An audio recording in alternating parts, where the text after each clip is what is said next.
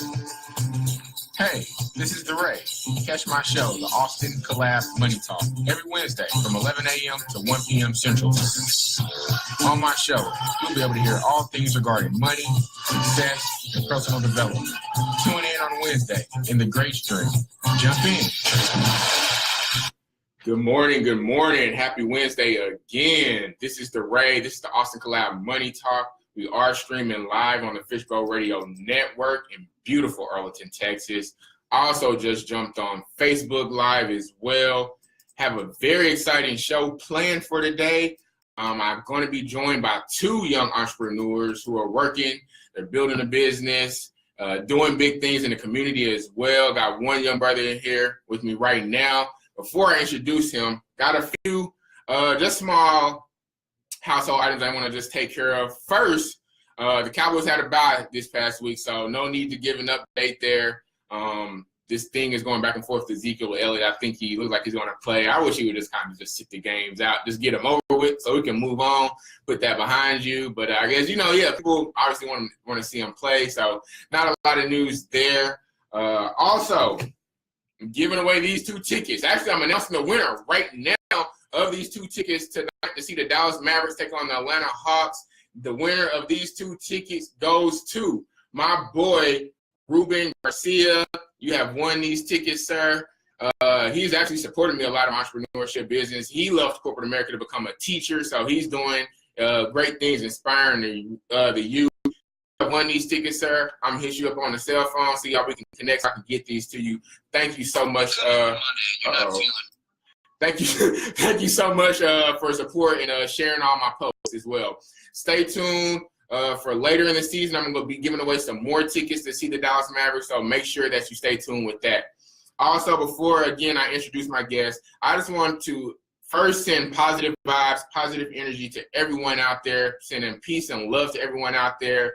Focus on the positivity in your life, get those good vibes, those high vibrations flowing, because the gratitude frequency is the abundance frequency. And I just want to say to anyone out there that may be worried or concerned about anything, do your best just to let go, not to worry. I know that's a lot easier said than done, but worrying is counterproductive. It does put you in a resourceful state to become productive and to get things accomplished. Worrying puts a spotlight on the problems instead of the solution. So try to let go. Try not to be worried, because peace of mind is the highest wealth that you will ever obtain. So live life. Try to live life worry-free, and just understand that everything will take care of themselves, and things could always be worse. Without that being said, I am joined by my brother Devin Guinn. He's the founder of AquaGreen Global. How you doing, young brother? I'm doing well, man. I'm glad to be here. Thank you for the opportunity. Absolutely. And thank you for being here with me. We've probably been chopping it up about 10 minutes before we got in the studio, and we were just talking about when we first met, which I think was a couple of years ago, right? About 2.5 years ago. About 2.5 years ago, and we met through Urban League. Yes. Urban League, which is a great organization. We're going to definitely talk about that.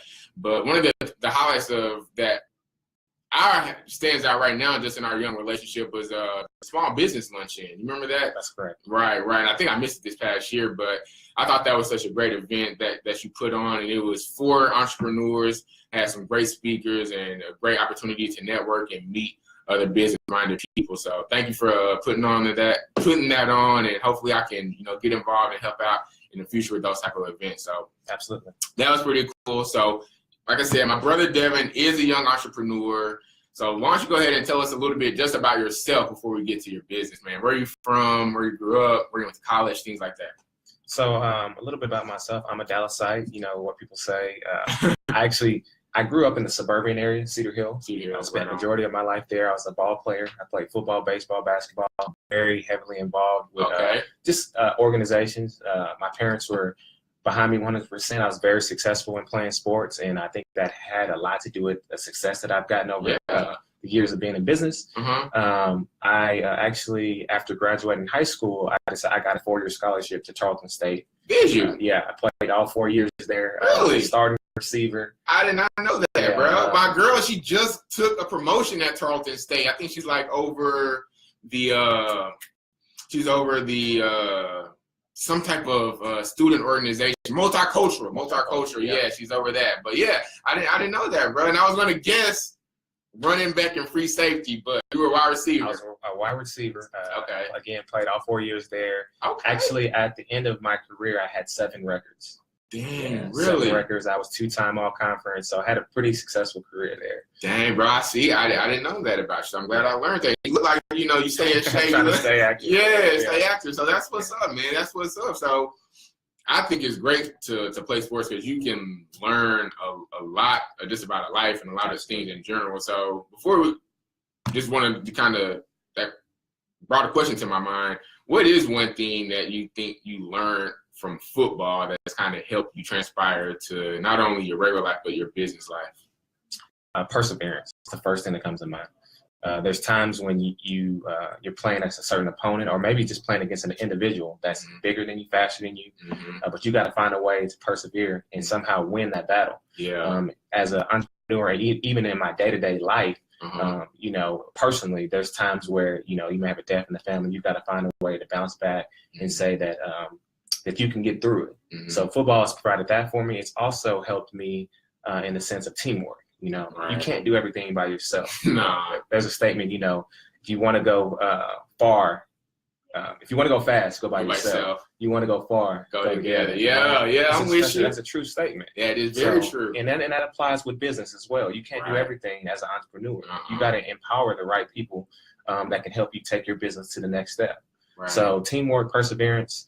What else would I say about sports? I would say just working with other individuals, people that don't look like you, right? Right. That's the backgrounds, diversity, culture, just learning how to deal with different demeanors, personalities. So that also helped tremendously. I got you. Tarleton State. Now, how many kids are there? Like 15,000? I would say about 12,000. 12,000? At least when I was there, around that. Yeah. Okay. So it's a Division II school, but not too small as far as numbers. Got you. All right. So went to Tarleton State, and again, I'm joined by Devin again. He is an entrepreneur. So did you start your business right out of college, or was there some things that happened that took place before then? So my story, and I didn't finish. So immediately after graduating Tarleton State, I decided to get my master's in landscape architecture. So during the time when I was in graduate school, I was working as a bartender. I was providing myself with income to take care of myself. Right. And then I met a lady at the bar. This random story. And I told her my background, told her I was going to school for landscape architecture, that I had, I do landscaping. She said, hey, can you do my house? I've got a new house that I'm building, new construction in Mansfield, 5,000 square foot home, really nice, lady with some money. So, light bulb went off. I said, yeah, I can do it. Yeah. I'm just talking at this point. Yeah, hey, you can figure it out later. Yeah, sometimes I'll make it work. I like how you taking advantage of an opportunity, because that's sometimes taking the first step, and you can figure out, because you're not always going to know how to do everything, but you figure it out. That was my first project. I went from there. I found a way, got some temporary workers. I did have a background. So originally, my father did landscaping for a number of years. Okay. So that's where I got at least my basis from. But I furthered my education in landscaping. So I got a degree in horticulture, and then I got a master's. Really? Yes. So at one time I was what you call dangerous. I knew I could list off every plant, their scientific name, all the characteristics about them. Not so much anymore, but I still know a lot. Okay. But I wanted to then learn landscape architecture, which embodies everything with landscaping. So it's not just the design, but it's knowing how water properly runs off a site. Stormwater management, grading, the different plant material, what's good in full sun versus shade, partial sun. So when I did that, it expanded my knowledge of landscaping. So no matter what I encountered in that industry, I could deal with. Got you. Okay. So I did that project for the lady in Mansfield, and my company just grew from there. Little by little, I would get another project, and I'd get another project. And I was very fortunate through my time at Tarleton, through my wife. She had a good friend who married a general contractor out in Abilene, Texas. Okay. He was doing a lot of work out there. And I told him that I had recently started my business. And he said, I'm building these homes. You can do the landscaping for them. So for a number of years, from about 2010 to 2012, it was definitely a blessing, right? And it's all about who you know. That's true. That's a statement that everyone says, and it's true. And I definitely want to talk to you on that note as well about just meeting different people, because before we went live, we were talking about our involvement in Urban League, and that was a great way to meet new people. My experience in Urban League has been positive so far, so I definitely want to talk more about that. You did mention one thing. You said your wife knew someone, so you're married, right? I am. How long? 4 years. 4 years. Okay. You got any kids yet? No kids. I actually have one on the way. Really? Yeah. Okay. I didn't know that either. Congratulations. I'm super excited. Thank you. All right. Do you know if it's a boy or girl yet? So we're not finding out to the birth. So you're gonna do it that way. We're going back to Stone Ages, right? Okay.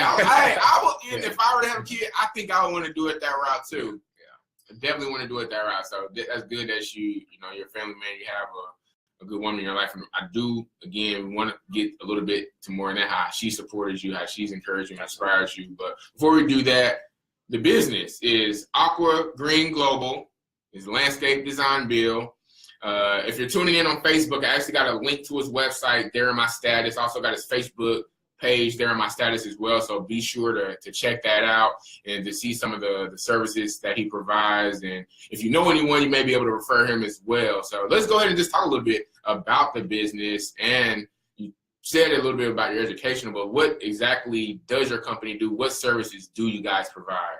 So what makes us different as AquaGreen Global is we are a full encompass landscape company. So that consists of design, construction, and maintenance. We provide all three of those elements. With the construction, what that consists of is we come in from a new development and new build, and we build from the ground up. We do grading, we do trees, installation of trees, irrigation systems, drainage, the shrub material, the bed material, everything. That's what is included with the construction. Whole nine. The whole nine. With the maintenance, pretty much it's upkeep of the property. So we also take care of some facilities in Dallas where we beautify, keep the aesthetics where they need to be. We do cutting, we do tree pruning. So that's the maintenance portion of it. Okay. For the design portion, I mean, it's pretty self-explanatory. So what we do there is we create construction documents that allow you to go into construction, right? So we design the site as far as the exterior improvements, everything outside the building. So we now you said it's self-explanatory, but what you just explained sounds a little complex. Okay, I can go into it. Yeah, right. Just tell us a little bit. Again, I'm a subject matter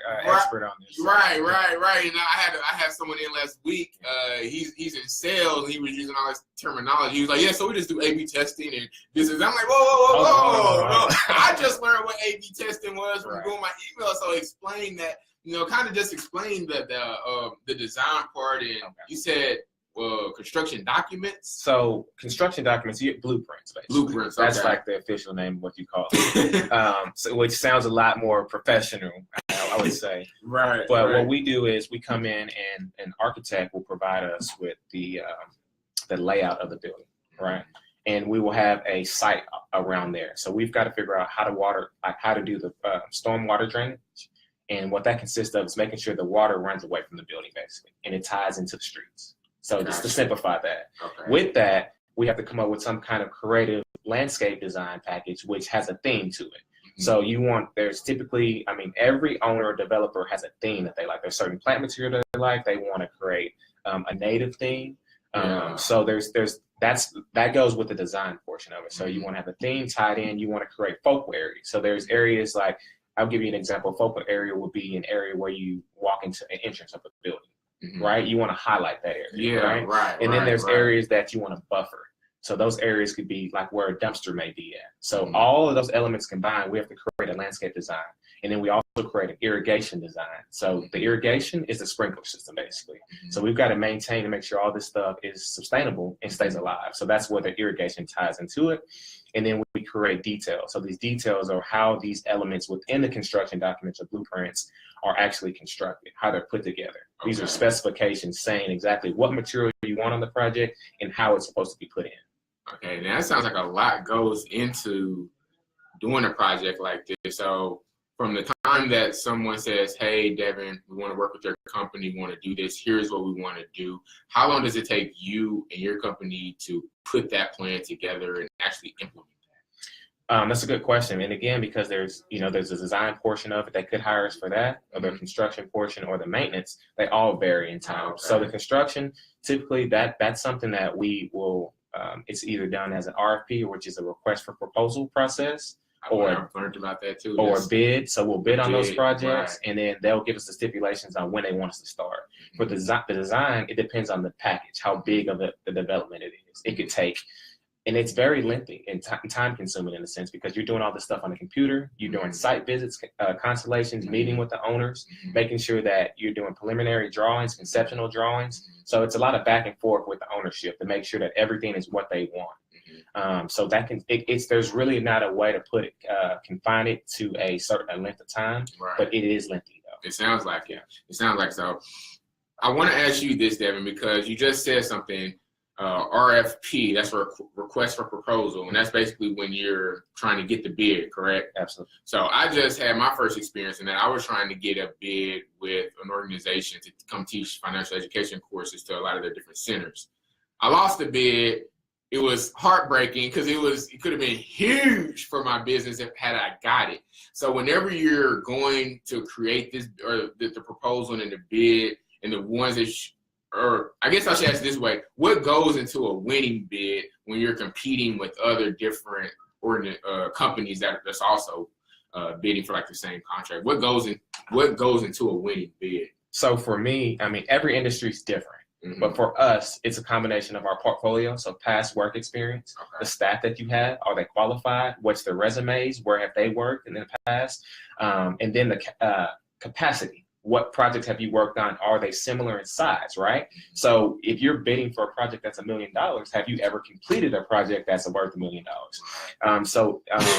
It's all those, you can't come in and say, hey, I can do this $1 million project, and the biggest project you've done is 250, right? It's like, well, how are you going to execute this project? So your staff. But you got to do it.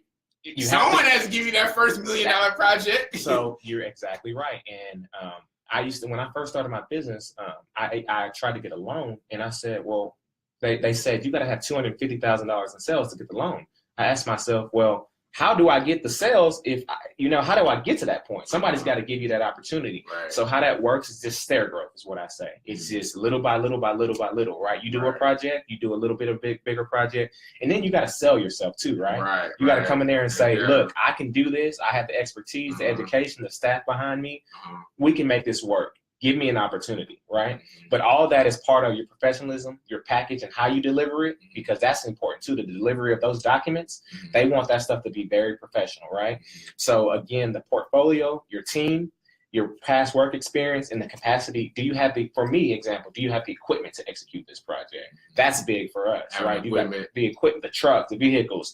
Do you have safety policies and procedure, right? That's very big, because they're liable at that point. They don't want to be sued for anything that'll go wrong. Versus, do you have the insurance?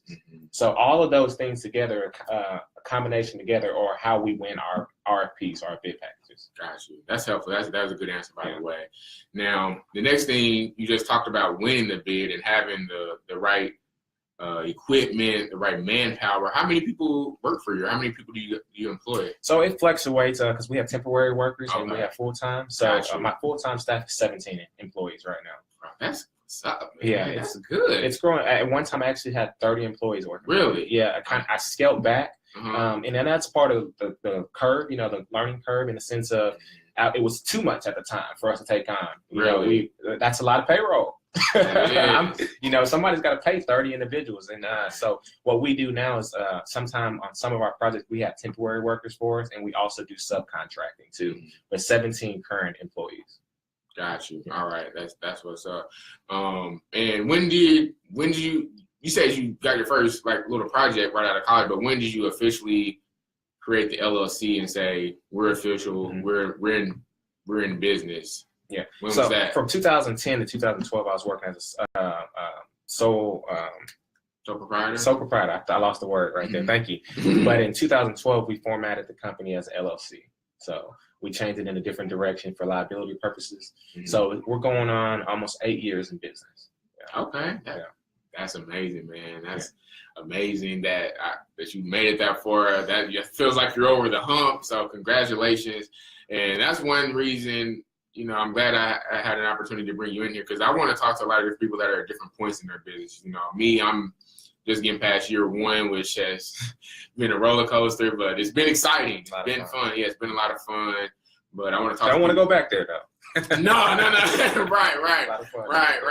So, but it's been great. Now, building a business is hard, and I said I wanted to touch on this earlier. You've been married for the past 4 years, have been in business for 8 years. Just tell me how, your wife has kind of supported you and lifted you and encouraged you, because I think having a partner and being just in general is important, having a great level-headed partner, but especially if you're an entrepreneur, just having someone in your corner. They go hand in hand. One of our our vision and mission for our company is to grow our employees professionally and personally. And they go hand in hand. If you're not having a good home life, it's really hard for you to have a productive work life, right? And vice versa. Yeah. So my wife, to touch on that, she's been there for me for a number of years. I can't even put it in words on how supportive she's been financially, emotionally, you name it. And you need that. You need a village behind you, not just a wife. Like we talked about this earlier, you need a community of other entrepreneurs that you work with, your family members, good friends. But my wife has been there for me since day one.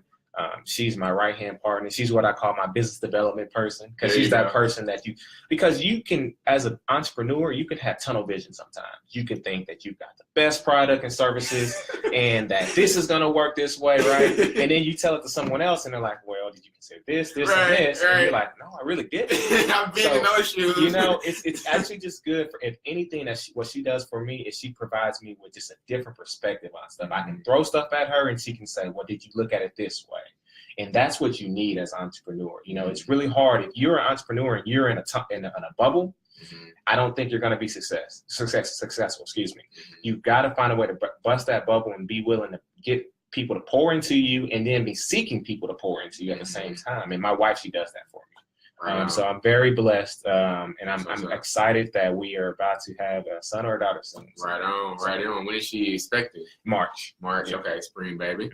I dig it, man. Congratulations one more time on that, for sure. Now, you've been in business 8 years. Like we've talked about, building a business is a struggle. It's a grind. Can you just talk about some of your most challenging times early on and how you were, because you said football starts with perseverance. So talk about some of your challenging times and how you were able to persevere. That's a great question. So I have so many failures, let's just be honest. Failure way to success, baby. But you definitely need them, because some people, I've heard the statement that you don't really learn and make changes until you fail, right? And that's bad. I'm at a point now where I'm trying not to fail. I'm trying to make changes before I fail, right? Being proactive. But the touch on my I've dealt with issues just of hiring, that was one of the biggest things. I was hiring people, family members, people that weren't qualified, people that I just knew that said, hey, I can do that work. So that was one of the challenges, making sure they get hired properly, because at the end of the day, especially for my industry, when you hire someone and they go onto those properties or they're working for you, they're you. They're the face of your company at that point. So they need to reflect your values, your mission, your integrity, whatever it is, on those sites. So the hiring was a challenge. So what we've done to correct that is our onboarding process is completely different. We have an employee handbook, we have training, we have safety procedures that go through. So all of that is executed now before we hire. Really? Obviously drug screening, the background, all that. Because at one time, to be honest with you, when I first started, I started at such a young age. I was just kind of learning. It was organic. I was learning as I go, and so we were able. Learn as you go, and we're still learning.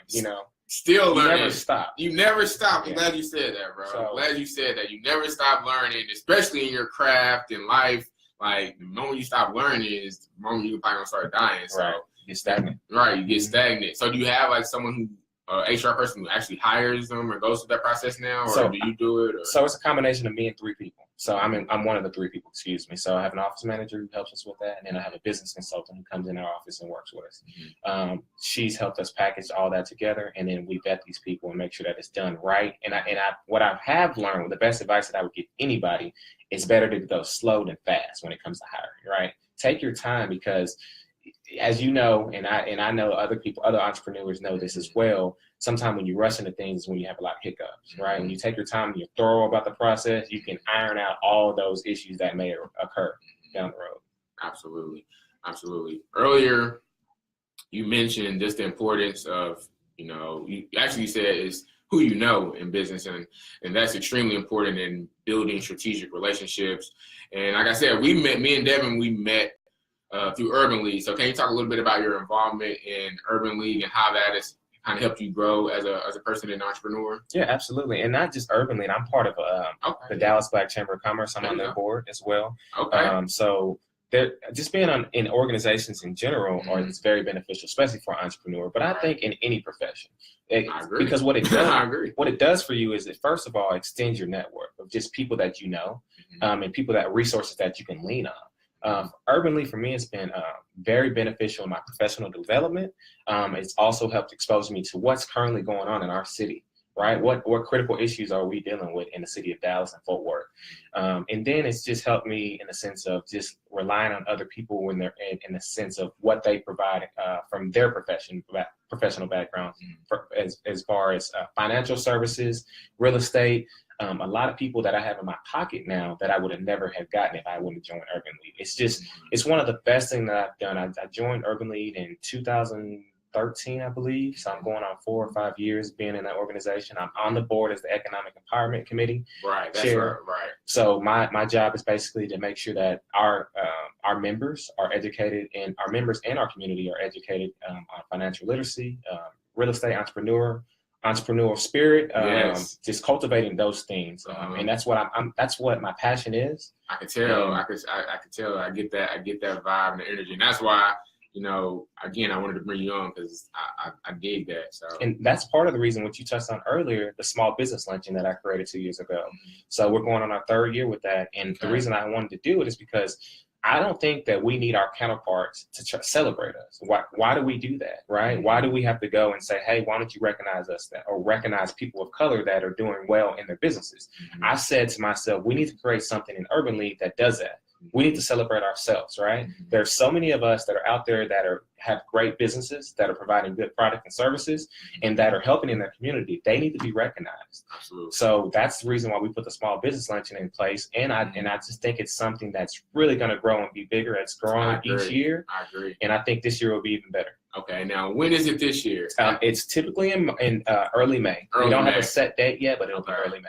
All right. Yeah. And are you and your team or Urban League in general working on anything up until then? Any type of events coming up? Oh, yes. Yeah. So we've got a lot of stuff going on. We actually have our National Day of Empowerment, which is in November the 9th, I believe. That's a Thursday. So we'll be going into a school and educating students on financial literacy, talking about credit cards, budgeting, basic finances, because these are things that they'll be dealing with immediately once they go into college. So we want to help expose these students to these things that they may not be getting at the household. Right. But then we have LDC, which is our leadership conference, leadership development conference, which is, I believe, November the 18th. That's a Saturday. That is our biggest conference of for Urban League. Last year. I got to make this. It's very beneficial. I would say if you can make one event of ours, that is the one. That's our leadership development conference, and that this year's the title, I believe it's.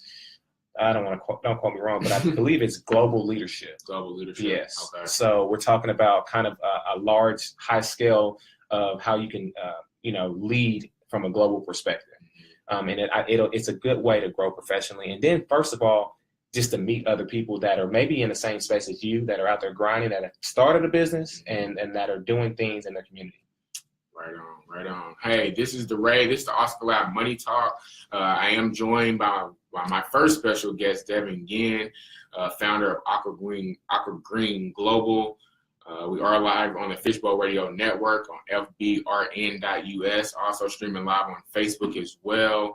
If you're tuning in and you find any of this information helpful or entertaining, empowering, make sure you share it on your social media pages, share it on Facebook, tag a friend, comment in the section below. You can also like his Facebook page as well, and you can check out his website. That's also on the link. I also have a link to my ebook, Retirement Planning 101, which covers a lot of things about personal finance, but more so along in investing, starting a business. There's a lot of people retiring. You want to start a business. You want to see what's next. Because I feel like the moment you stop working or doing anything is not a very good moment. You want to keep at least find something that you're passionate about and that you can always work on, and find something, a new challenge that you can work to improve yourself and, like you said, to learn more about and keep growing. So make sure you check out his website, check out his social media, Facebook page as well. Before I let you go here, just got a few more questions, man. And again, I do really appreciate you taking time out of your day to come and join us. But I've seen or looked at here on your website, looked at your portfolio. So how do you hear about different projects or different bids, and how do you go to, I guess, to obtain new clients and new business? Good question. So one of the things is, and that goes back to being a part of organizations, right? Mm-hmm. So there's organizations that, especially chambers of commerces, that will provide you with these leads and services. In my industry, which is more is focused around construction, they're lead services. So we utilize these subscriptions to notify us of any time a project comes out. So what they provide us with is they'll give us the scope of work, they'll give us the agency that we're working for, either it's in the private or public sector, and then they'll tell us when the bid is due, and when the bid will start. So what we'll do is we'll go through there and see if that'll work, if it's a project that we want to target, right? It's got to fit for us as well, right? Because not every project, that's one of the things that I've learned as well. Not everything is for you, right? Right. So take your time and investigate and see if this project, is this a city or a developer that I want to work with? Do they have the same characteristics, integrity, those things that we're trying to embody over here? Right? All money ain't good money. Absolutely. Because what can happen sometime, and this goes back to the failures, is you get on a project where they don't, and you're butting heads, right? That's happened to you before? Oh, absolutely. Really? Where we're working with either a general contractor or a private developer, and they're not easy to work with, right? Yeah. Because at the end of the day, we have the same vision. We want this property to look good. We want the landscaping to look exceptional, right? So, but we want it to be a team effort. We don't want to butt heads and personalities. So that's something that I think about with my past relationship with them. Have I worked with them before? How was it when I was working with them? But again, organizations will provide you with all these construction leads, chamber of commerces, newspapers, just being involved in the community. But the biggest thing, we get most of our work from our lead subscription services. Subscription services. And what that is like you pay, we pay monthly. Gotcha. For these subscription services, and they will send you leads, and then you can filter your commodities, basically what scope of work you provide, what area you want to work in. It'll tell you everything. So it's one of those things, you've got to put money, invest money, but you think on a holistic scale of it, you're going to get a lot of money of it. A lot of people have that mindset, well, I've got to pay them $3,600 in a year for them to tell me leads, but they're not thinking about them making $1.5 million off those leads, right? Now, hold on. A small portion of money, right? But that's how you're going to get your work. So you don't have to go through and be driving city to city trying to figure out what project's going. You can sit at your computer and they can tell you exactly what's coming out, what to expect to bid on. Right. You just said something that kind of leads me into another question. I hadn't even thought about this question until you just said it, but I'm glad you did, about investing money back into your business. Now, you've been in business for 8 years now. So how do you figure out how much you're going to pay yourself, how much that you should be taking out the business, and how much money that you should be investing back into your business? Oh man, that's a tough question. That's a good one, but it's a real question. So right, because that's something I've been thinking about. Like, that's so real. But my mindset is right now, I'm young. I don't have a family yet. I do have my wife, but we're starting a family. So I've taken out what I call a fair amount. So I pay myself equivalent to a project manager, right? So I don't pay myself like an owner. And the reason I do that is because I understand the bigger picture of it. If I keep my money confined in my company and reinvest in the company, that money will come back to me one day, right? So why be taking a big piece of the pie out when you're really trying to grow the pie? Right. So that was my whole mindset. So I take it's a fair salary is what I'm saying. Obviously I can't give you the exact amount, but it's good, fair. Yeah. And I base it off a project manager. So I looked at my industry and I said, what do other project managers make? That's what I'll pay myself. And I also don't take from my company. So I have the ability, right? I can pull at any time if I need money, if something. I feel like I would be tempted if I look at that balance. I'm like, all right. You got to be real disciplined, but that's as an entrepreneur, that's what comes with it. You have to be disciplined. That's another good point. So again, going back to my last statement is the fact that I never withdraw any money from my company. If I have to take some money, if I need some money, it's got to be from my paycheck. That's my mindset.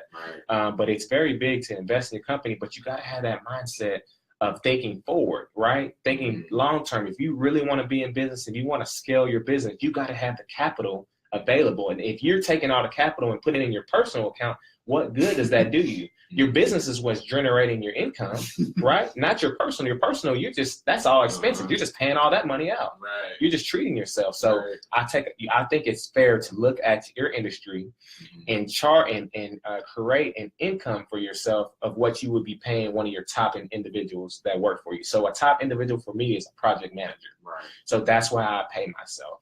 And with that, I pay myself and I treat myself as an employee. Exactly. Right. And then that's good for like taxation and stuff too, right? Exactly. And what's big about that is hold yourself accountable. Just because you're the owner of your business, you still have to think of yourself as an individual working for that business, because you do. What I mean by it is, if you treat your employees a certain way with holidays and whatever it may be, you do the same thing, right? You have time off requests for forms that you need to fill out and notify other people that work for you. You do those same things. Everything that I do, that I ask of my employees and my staff, I would do myself. I would never ask them to do something that I wouldn't do. I hold myself accountable as a project manager because I'm very invested in my business right now as well, and I'm trying to scale it to the point where I can focus more on the business development side and just the actual business more than working in it. Is that to get there, I've got to treat myself like a project manager. So I have a project manager that works for me, right? He's got to have his schedule and reports due. He's got to make sure he's budgeting for his project, making sure he's staying in that budget. I do the same thing for my projects. And what that does is that builds good professionalism, and it keeps you accountable in the sense of that you're doing everything that you're asking your staff to do.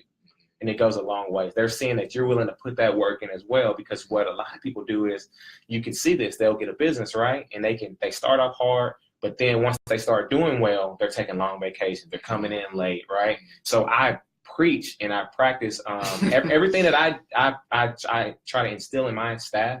I try to practice it. I'm trying to be the first one there, the last one out. Right. I work just as hard as they do. And we're a small company, so everybody in my company works extremely hard. Right on. They all do. That's what's up, brother. That's good. That's good info. All right, before I get to my rapid fire questions, Devin, why don't you share with me, if you don't mind, 2 long-term goals that you have for AquaGreen Global and 2 personal long-term goals that you have. So our vision and our mission, again, one of the goals is for us to be the benchmark in North Texas region. What that means is we set the standard and we set the standard for not just North Texas, but also for upcoming landscape professional companies of color, because there aren't very many. So we're that benchmark right now. We're one of those, especially when it comes to the construction portion, because most of my competitors that are people of color, they do maintenance. They don't do any construction or design. So we're trying to be that benchmark that you look at and you say, hey, those guys are well organized. They practice safety. They provide exceptional service. And most important of any business is they provide customer experience, not service, but experience. That's the reason why people go to Chick-fil-A, right? They go to the food is good. So we want to provide exceptional service and our product to be good and our service to be good. Right. But more than anything, we want that experience to be great. Absolutely. Because that is what builds relationships. That's what keeps people coming in. You know what? Devin and his staff, man, they do good work, but man, anytime they tell us something, they meet that deadline. If they put something in and on the site, it's exactly what it is. It looks good. They do a good job. They respond immediately. Customer if you can say anything to an upcoming entrepreneur or anybody that's in business, that's number one. It goes a long way. Customer experience. Yeah, not service. People always say customer service. No, customer experience. Right, customer experience. I think that's one way that you can, like you said, differentiate yourself from other, because a lot of people might have the same product. There's a lot of people that's doing the same thing that you're doing. There's a lot of people teaching financial literacy or writing books, but what makes you different? That customer experience. Yeah. So that's one of our goals is the benchmark, trying to be, set that standard as that's the company that people, like right now, I have companies that are in my field that I look at and say, I want to be there. You know, I like what they're doing. I try to mimic that. And that's where I want to be in that spot where people are looking at us saying, that's where I want to be, right? Those guys provide exceptional service. They got great customer experience. They're clean looking company. They have nice equipment. That's one of my goals. The second one is for us to be self-sufficient. What I mean by that is, and that's for me personally, kind of goes personal and professional, is that the company can run itself without me. Yes, automation, So what I see in our community with people of color that are in business is they can't scale because too much of their business is them, right? I took a business course, and what they taught me is if you can't leave your business for 1 month, then it's not a scalable company. It's not self-efficient. If you have to be able to leave your business for a whole month and you come back and it's still operating and driving, generating revenue before you left. That is my vision right now, to take a month vacation and I come back and everything is in place. We're building ourselves. Everything's efficient without me being there. That's one of my goals as well. Now, I told my girlfriend this, and this is just me personally. I feel like me as an entrepreneur, because I really, truly love what I do, and I agree with you. You need to have your business be self-sufficient, and you should be able to step away for a month or two and it's still running. But me, I don't think I would ever take a month vacation. I cannot leave and just not do nothing for a month. I think 3 weeks is pushing it. Like, but that's just me personally. No, I'm right there with you. Yeah, that was just what they taught us in the class. Right. I agree, and I agree with that. And I just wouldn't want to leave that long, because it's not even about just working and me hovering over my employees. I love what I do. And even if I do go somewhere out the country, I'm still gonna, do a video or be reading a book or something like that. So yeah, always working on yourself, because that, like you said, learning never stops. And again, I just want to commend you, Devin, because you've been in business in 8 years and you're still looking to grow, to improve, and saying, hey, I still don't know it all. I'm still learning and growing. So that's amazing. I feel like when you find someone like that who's still eager to learn and continue to grow themselves personally, I think that's huge. So any personal long-term goals for you? Personal? I know kind of business and entrepreneur. It's blended. Yeah. Actually, it's almost the same thing like you said. Right. At my personal, if we're doing well with the company, then all the personal stuff is going to be good. But really, I'm having a kid soon, so my personal goal is and that's part of the reason why I'm constantly trying to learn. I never want to become stagnant. I think that's very critical. And I say that I don't want to become stagnant in the sense of our business. We always need to be refining our processes, trying to push our employees. So one of the things that we do in-house is to do that. I push and require that all my employees do continuing education, no matter what it is that they do, so that each year they're refining their craft, and we're making sure that they're expanding their knowledge. That if anything, when you come work at AquaGreen Global, when you leave, you're going to be better than when you started. You're going to be able to go somewhere else and get a better opportunity, a better title, and be making more money. It's about building people. Our vision is to grow people professionally and personally. You do a combination of both. It's really, my business is more than just me. I'm not just trying to just make money. It's about my staff and it's about my community. That's what my passion is. Right. When I started my business, of course, I was a lot younger and I had the mindset I just want to make money. And now sitting back, 3, 4, 5 years, I was like, it's bigger than that. How can I use this company to help? Yes. Right? How can I use this company to build a legacy? Right? In the community. And this when I leave this earth, when people say, Devin, he built a great company, but that company, they help nonprofits, they help students, they help, whatever they've helped me professionally. Devin and AquaGreen Global taught me irrigation design. So now that I'm able to open my own, and I understand that some people that will work for me will one day be entrepreneurs and work for themselves. I'm fine with that. That's what I want. Right? Because if they get to that point, they've helped me out tremendously. Right. So, but personally, I can get on tangents. You see that? It's okay. Personally, I want to just make sure that my family is taken care of. Right. Now that I'm introducing a child to this world, everything's about to change, bro. I want to be able to make sure that I give them the time. So I've asked a lot of people, and that's big too. I ask people for their advice. People that have kids, people in my circle. How can you be a good father? And the thing that I got the answers that I got back was time. Be there. You don't have to be saying anything. You have to be doing anything. Just be there for them. And how I can do that is making sure that my company is self-sufficient, is what I talked about. I can't do that if the company isn't where it needs to be at, because then it's taking a lot of my time. And we're getting there. We actually, I'm very fortunate now. I'm not so involved with the day-to-day operations. And what I mean by that is on-site. So I don't have to be at a project.